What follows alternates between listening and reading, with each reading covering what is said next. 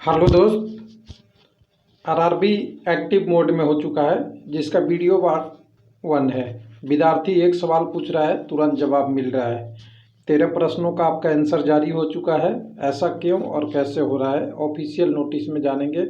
और ये पूरी तरह से भर्ती प्रक्रिया का नोटिस है, एनटीपीसी के लिए भी और ग्रुप डी के लिए भी या रेलवे की जॉब के लिए भी। पूरी की पूरी बात करेंगे यहाँ पे।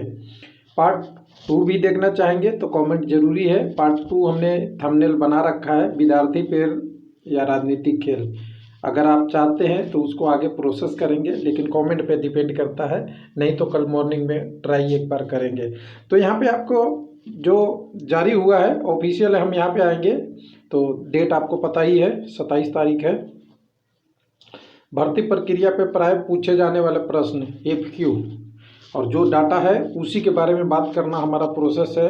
और रेलवे को मैं जानता हूँ कि जहाँ से हमारी सोच ख़त्म होती है वहाँ से होता है इनकी शुरुआत, इसलिए हम ऑफिशियल की ही बात करते हैं। जो डाटा पब्लिक में अवेलेबल है उस पर बता सकते हैं, ना हम अपनी बात जोड़ते हैं ना घटाते हैं। हाँ, एनालिसिस जरूर करते हैं कि एक तार्किक है या अनतार्किक है, थोड़ा सा उस पर। लेकिन यहाँ पे हम सीधे सीधे प्रश्न की बात करेंगे।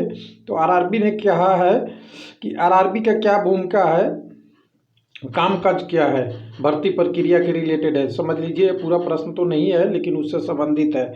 तो कल ये भारतीय रेलवे बोर्ड में जो आपका आरआरबी है, ये रेल मंत्रालय के अधीन कार्य करता है, जो समूह C की भर्ती के लिए उत्तरदायी है। देश में 21 आरआरबी है। प्रत्येक आरआरबी के एक अध्यक्ष और एक सदस्य सचिव और एक सहायक सचिव या सहायक अराजपत्रित कर्मचारी होते हैं। यानी बी के लिए आरआरबी नहीं आरआरसी करता है, इसलिए ग्रुप डी को यहाँ से हटा दीजिएगा। आरआरबी का मतलब नहीं है, ये आरआरसी की भर्ती होती है। यहाँ पे सी पे है। अभी कह रहा है कि आरआरबी कितनी भर्ती प्रक्रिया पूरी की है, तो यहाँ पे ध्यान दीजिएगा कि यहाँ पे आरआरबी 2018 से लेके अब तक 2,83,747 रिक्तियों को सूचना जारी किया है, जिसमें से 143 के अधिक उम्मीदवारों की नियुक्ति की गई है। शेष रिक्तियों की प्रक्रिया चल रही है, जिसमें कोविड का है। अब यहाँ देखिए, भर्ती हमें जोड़ना पड़ेगा, हम टेक्निकली है। 62,000 LP टेक्नीशियन की भर्ती हुई है। पोस्ट का 1,65,000 या 63,000 के आसपास ग्रुप डी का था, जो 2018 की वैकेंसी थी। उसके बाद जेई वाले वैकेंसी थी, उसको भी हम 15,000 के आसपास कुछ मान ले। एग्जैक्ट मुझे डाटा याद नहीं है, मैं मान के चल रहा हूँ 15,000 के आसपास था। फिर ग्रुप डी की 1,03,000 कुछ वैकेंसी है, जो 2019 की है। और उसके अलावा जो अभी एनटीपीसी की है वो 35,281 वैकेंसी है। शायद ये डाटा जोड़ ले तो 283 हो जाएगा। लेकिन ध्यान दीजिएगा, ऊपर में रेलवे कहता है कि आरआरबी ग्रुप C की भर्ती करता है, और यहाँ पे आरआरबी द्वारा भर्ती प्रक्रिया नहीं, इसको रेलवे लिखना चाहिए था। यहाँ पे देखिए, टेक्निकली कारण क्या होना चाहिए था, रेलवे होना चाहिए था कि ये जो ग्रुप डी की 63,000 यहाँ वैकेंसी और 1,03,000 ये वैकेंसी दोनों आरआरसी करती है, आरआरबी नहीं करती है एक्चुअल में। यानी रेलवे की तो वैकेंसी है, इसको मान के चलेंगे। इसमें से 1,32 की अभी तक ज्वाइनिंग हुई है पिछले 3 वर्षों में, यानी 18 साल से 2018 से जोड़ा जा रहा है। चलिए, उसके बाद भर्ती प्रक्रिया में कंप्यूटर आधारित टेस्ट में 2 चरणों में क्यों आयोजित की जाती है, तो ये बताया जा रहा है कि 2 इसलिए किया जाता है कि पहले चरण को स्क्रीनिंग बना दिया जाता है, स्क्रीनिंग नेचर का, और ताकि व्यापक तौर पर समानीकरण हो सके और अंतिम योग्यता न्याय संगत और निष्पक्ष हो। यहाँ के इसीलिए बोल रहा है कि आपकी CBT परीक्षा 2 चरण में किया जाता है। पहले में बड़ी संख्या होते हैं, 1 करोड़ से अधिक होते हैं, तो थोड़े दूसरे चरण में कम हो जाते हैं। और पहले चरण को दूसरे चरण में स्क्रीनिंग किया जाता है, यानी दोनों को मैच किया जाता है। सही है। 4 नंबर पर CBT के लिए दूसरे चरण के लिए उम्मीदवारों की संक्षिप्त सूची तैयार करने का आधार क्या है। तो यहाँ पे देखिए, हर चीज़ को इन्होंने दिया है एनटीपीसी के टर्म में। हमें लग रहा है 2015 में मैनुअल के अनुसार गैर तकनीकी लोकप्रियता श्रेणी का दूसरे चरण CBT के लिए अधिसूचित रिक्तियों की 10 गुणित बुलाया जाना चाहिए।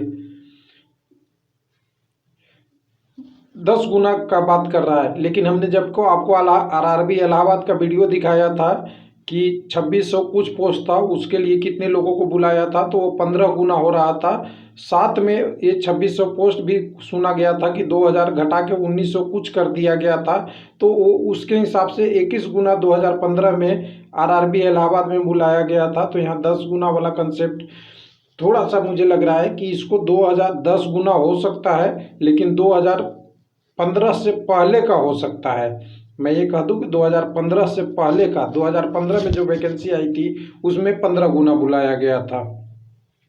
चलिए कोई बात नहीं, मानते हैं सही है। उसके बाद आगे की बात करते हैं। पहली अधिसूचना 2010 में और 4/10 पालन किया गया, जहां कुल रिक्तियों का 10 गुना और 3, हाँ देखिए यहाँ पे लिख दिया, 3/15 में स्नातक की जो हुई थी उसमें 15 गुना बढ़ाया गया था। ध्यान दीजिए, 3/15 में मैंने भी 15 गुना का काउंट किया था, तो 15 गुना था, उससे पहले 10 गुना हुआ करता था और अभी 20 गुना की बात हुई है। सही है, अच्छा है, लेकिन 20 गुना यूनिक वाला भी इशू फंस रहा है। एनटीपीसी परीक्षा में दूसरे चरण में सीबीटी के कितने उम्मीदवार को चयन किया जाता है, तो ये 20 गुना आप कह दिया। यानी यहाँ पे देखें कि 2010 में, यहाँ कहने का मतलब है ये दोनों 4 प्रश्न को देखें, 4 और 5 को, तो पहले 10 गुना, 2015 में 15 गुना, और अभी 2019 की बात हो रही है, यानी वैकेंसी 2019 की आगे चल रही है, उसमें 20 गुना की बात हो रही है। उसके बाद 6 नंबर प्रश्न में 7 लाख रोल नंबर के बजाय 7 लाख उम्मीदवारों का चयन किया जाना चाहिए। इस बात पे कहीं उल्लेख नहीं किया गया है कि दूसरे चरण के सीबीटी में 7 लाख के अलग अलग उम्मीदवारों को चयन किया जाएगा।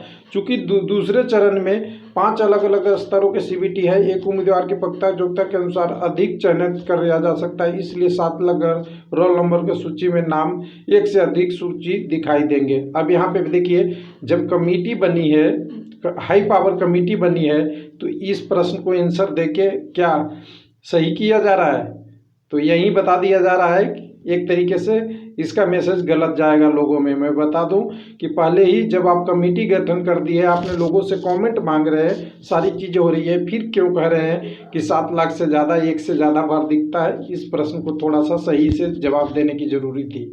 उसके बाद आरआरबी द्वारा की गई रिक्तियों को 4 से 5 गुना उम्मीदवारों को शॉर्टलिस्ट किया है, तो यहाँ पे देखिए पैरा 13 के अनुसार 20 गुना किया गया है, इतनी वैकेंसी के लिए इतना किया गया है, ये हमने पहले कई बार देख चुका है। यानी 35,281 के लिए 7,546, 7,05,446 कैंडिडेट, यानी 20 गुना। खाली इसमें इशू ये है रोल नंबर या यूनिक कैंडिडेट का, बाकी इन्होंने जो डाटा दिया है बिल्कुल सही है। पहले एक पद के लिए 10 उम्मीदवार प्रतियोगिता करते थे, अब एक उम्मीदवार 10 पदों के लिए प्रतियोगिता करेगा। तो इसमें देखिए कैसा जवाब है, अतः इतना पदों का चयन किया जाएगा, योग्यता और वरीयता के मुताबिक एक पद पे एक ही उम्मीदवार की नियुक्ति की जाएगी। इस प्रक्रिया में कोई पद रिक्त नहीं रहेगा, ऐसा कोई नहीं कर सकता, आरआरबी भी नहीं कर सकता।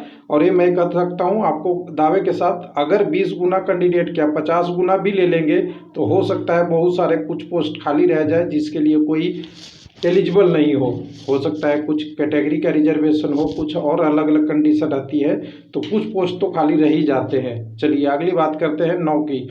इसमें स्नातक और 10+2 अगर के दोनों का पात्र होने वाजिब फायदा स्नातक उम्मीदवारों को मिल रहा है। पहले की तरह स्नातक और अलग के लिए अलग अलग सूचना होती तो दो अलग अलग सफल होना पड़ता।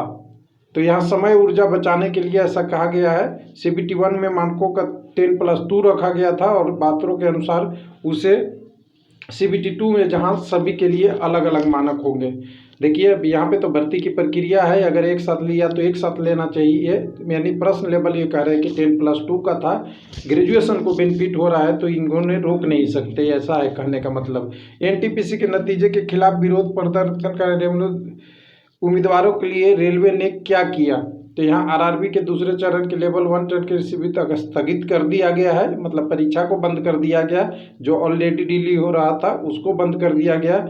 एक उच्च कमेटी सदस्य बना दिया गया है जिसके दूसरे चरण से शामिल होने उम्मीदवार की चिंताओं को, आशंकाओं को, मामले को देखेगी, लेकिन जिसकी टाइम 26 तारीख को आया था और इसको 16 तारीख को दिया गया है, यानी 22 डे इसमें कंज्यूम हो जा रहा है आपको केवल कंप्लायंस देने में। उसके बाद फिर 16 तारीख से 4 अप्रैल तक, ये वाला भी टाइम बहुत लंबा है। जब रिपोर्ट आएगी 4 अप्रैल को, नीचे हम प्रश्न में देखेंगे।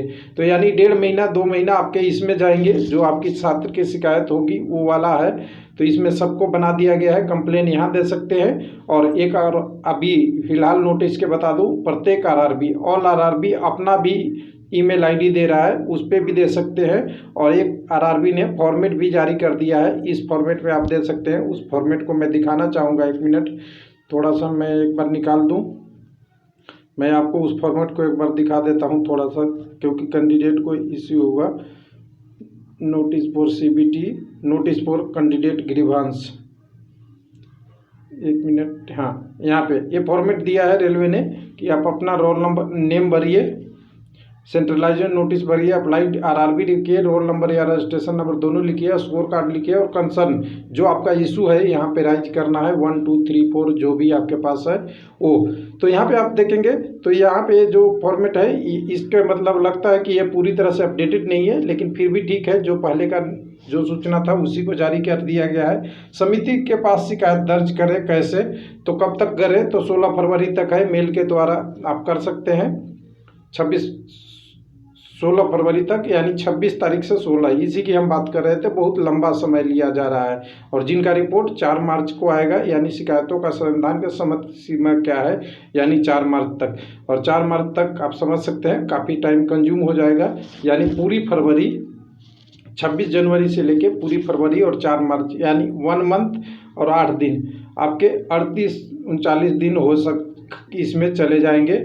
जो परीक्षा का गोल्डन टाइम आपका जो सेट था, वो गोल्डन टाइम यहाँ से निकल जाएगा, जिसमें ग्रुप डी का CBT 1 का फर्स्ट पेज लगभग यहाँ तक समाप्ति होने पे रहता, और NTPC का 2 होता। कुछ लोगों का ये भी सवाल है, मैं 13 ही सवाल है, मैं वीडियो को ख़त्म कर रहा हूँ। 14वां है ये, ठीक है। भर्ती प्रक्रिया में डिले क्यों हुआ, तो यह महामारी के कारण बता रहा है, और 133 शिफ्ट था। हालांकि शुरुआत में किस लिए देरी हुआ था सबको पता है कि आपकी एग्ज़ाम कंडक्टिंग एजेंसी फाइनल नहीं हो चुका था, और बाद में कोविड का इशू हो गया। और कोविड के बाद जब एग्ज़ाम स्टार्ट होने लगा तो ECA ने रिस्पांस नहीं दिया, बाकी एग्ज़ाम को भी किया, क्योंकि बाकी एग्ज़ाम भी बहुत सारे लंबित थे, SSC वगैरह वगैरह वगैरह।